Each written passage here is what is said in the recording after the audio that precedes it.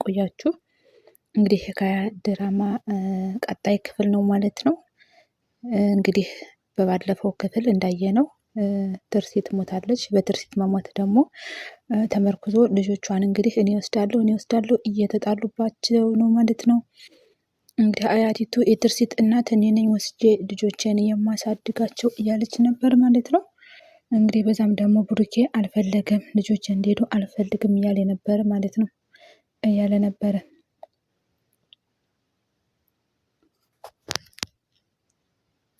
እንግዲህ አሁን ላይ ደግሞ ሁሉም ቤተሰቡ ተሰባስቦ አጎት፣ አክስት፣ እህት ሁሉም ተሰባስበው እንግዲህ የትርሲት ቤተሰቦች ተሰባስበው ማንን መረጣችሁ? ማን ጋ ነው ለመሄድ ያሰባችሁ?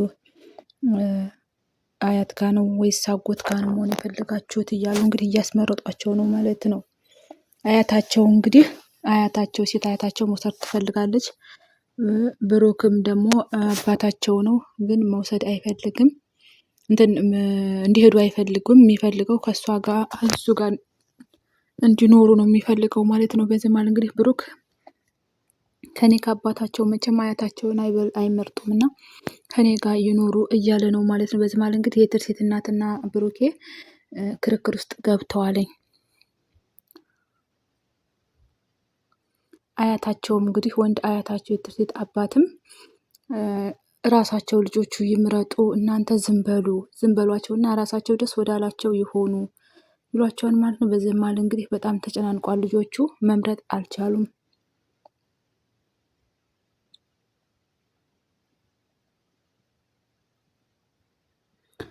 ሴት ልጇም እንግዲህ የትርሲት ሴት ልጇ አባቴ ጋር ከብሩክ ጋር ነው መሆን የምፈልገው እኔ እንዳትቀየሙኝ በማለት አባቷን መርጣለች ማለት ነው። እንግዲህ አባቷ ጋር ለመኖር ወስናለች። አባቷን በጣም ደስ ብሎታል። ብሩክ እንግዲህ ደስታውንም አቅፎ እየሳማት ነው ማለት ነው። በጣም ተደስቷል።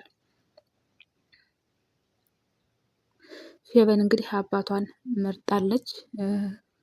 እንግዲህ ካሌብን ነው እንግዲህ የሚጠባበቁት።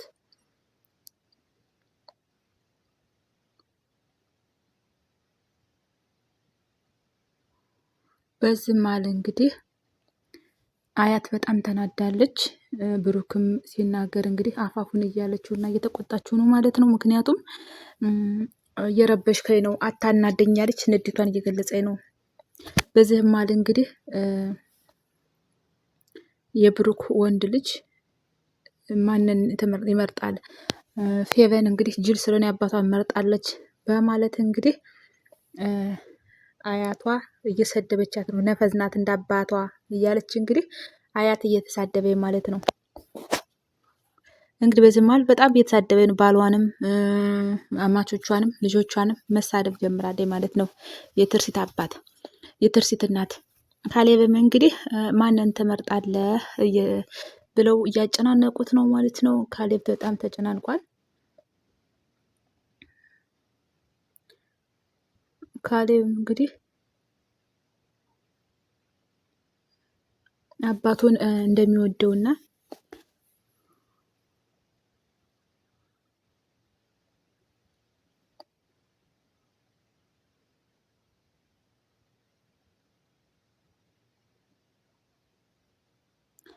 ካሌብም እንግዲህ በጣም አዝኗል፣ ተከፍቷል። አያቴንም እወዳታለሁ፣ አባቴንም እወደዋለሁ፣ ግን ከሁለታቸውም ጋር መኖር እኔ አልፈልግም በማለት እንግዲህ ሁለታቸው ጋር መኖር እንደማይፈልግ ይነግራቸዋል ማለት ነው። በዚህም ማለት እንግዲህ ቤተሰቡ በጣም ተረብሿል። ማን ጋር ልትኖር ነው? ከማን ጋር ነው የምትኖረው? በማለት ይጠይቁታል ማለት ነው። እንግዲህ ካሌብም ከሚኪ ጋር እንደሚኖር ይነግረዋል ማለት ነው። እኔ ከሚኪ ጋር ነው መኖር የምፈልገው ይላል ማለት ነው። እንግዲህ በዚህ መሀል ሁሉም ቤተሰብ በጣም ተናዷል። ሚኪያስ ጋር ከሆነ ደግሞ ይበልጥ በጣም ነው የሚጎዱ። ምክንያቱም ሚኪያስ ጥሩ ነገር አይደለም የሚያደርገው ማለት ነው። እንግዲህ ሚኪያስን መርጧል። እንግዲህ ለምንድን ነው ሚኪያስ ጋር መሆን የምትፈልገው በማለት ሴት አያቱን በጣም ተናዳለች። በጣም እየተቆጣችው ነው ማለት ነው። እንግዲህ ካሌብም ደጋግሞ በሚኪ ጋር መኖር ፈልገው ይላል ማለት ነው። አባትም በጣም ተናዷል። በጤናው አይደለም እያሉ እንግዲህ በጤናው ቢሆን ሚኪያስን አይመርጥም ነበረ፣ ልጃችን በጤናው አይደለም በማለት ቅሬታቸውን ይናገራሉ ማለት ነው። እንግዲህ ሚኪያስም መምረጥ ያለበትን መርጧል።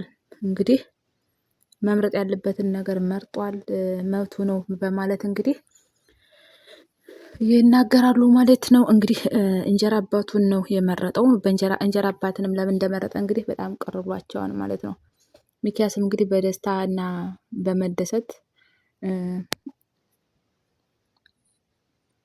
በጣም ለፍቼ ስላሳደግኩት ለዛ ውለታ ስለማይረሳ ነው እኔን የመረጠው እና አሁንም እንከባከባለሁ፣ አንበሳው የኔ ልጅ አኮራኸኝ አንበሳ እያለ እንግዲህ ደስታውን ይገልጻል ማለት ነው። ካሌብ ግን አንገቱን ደፍቶ አዝኗል፣ በጣም ከፍቶታል።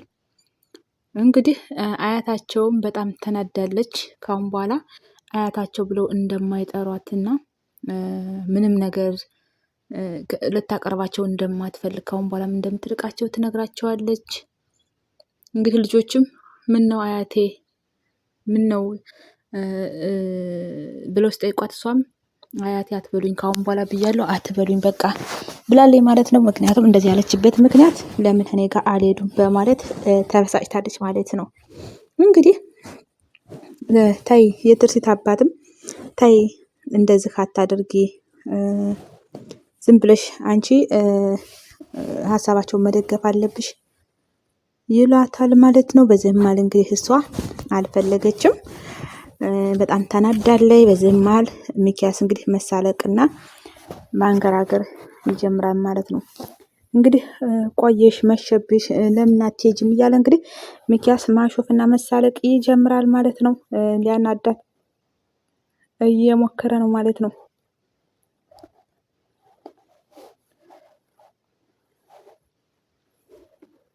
በዚህም ማለት እንግዲህ በጣም ተናዳና ተበሳጭታ እቤቱ ወጥታ መሄድ ትጀምራለች ማለት ነው። እንግዲህ ሚኪያስም ና ካሌብ ና ልቀፍህ እና ልቀፍህ በማለት እንግዲህ ሊያቅፈው ሲሞክር ካሌብም ፖርሴን ላስቀምጥ ልሂድ በማለት ወደ ፎቅ መውጣት ይጀምራል ማለት ነው። እንግዲህ አይዟችሁ እኔ እያለሁ ከዚህ ቤት አትወጡም፣ መቼም ቢሆን አይከፋችሁም እያለ እንግዲህ ሚኪያስ ሌላ ድራማውን እየጀመረ ነው እየቀጠለው ማለት ነው። በዚህ መሀል እንግዲህ ብሩክ አባቱ በጣም ተናዷል። እንዴት የኔ ልጅ ሆኖ እንጀራ አባቱን ለምን ይመርጣን በማለት ብሩክ በጣም ከፍቶታል። ምክንያቱም ወንድ ልጁን እንጀራ አባት ሲመርጥ ይከብዳል በጣም። ሚኪያስም እንግዲህ ተደስቷል። በጣም ደስ ብሎኛል እያለ በጣም ደስታውን እየገለጸ ነው ማለት ነው። በዚህ ማለት እንግዲህ ትርሲት አባት እኔ ቅዳሴን የመጣሁት እጄ አረፍ ልበል ልሂድ በማለት እንግዲህ መሄድ ይጀምራል። ሁላቸውም ተነሳስተው እንግዲህ በየክፍላቸው መሄድ ይጀምራሉ ማለት ነው። ሚኪያስ ብቻውን ሳሎን ቀረ ማለት ነው። እንግዲህ በዚህ ሚኪያስ በጣም ተደስቷል። ለድራማ እንዲመቸው እያደረገ ነው ማለት ነው።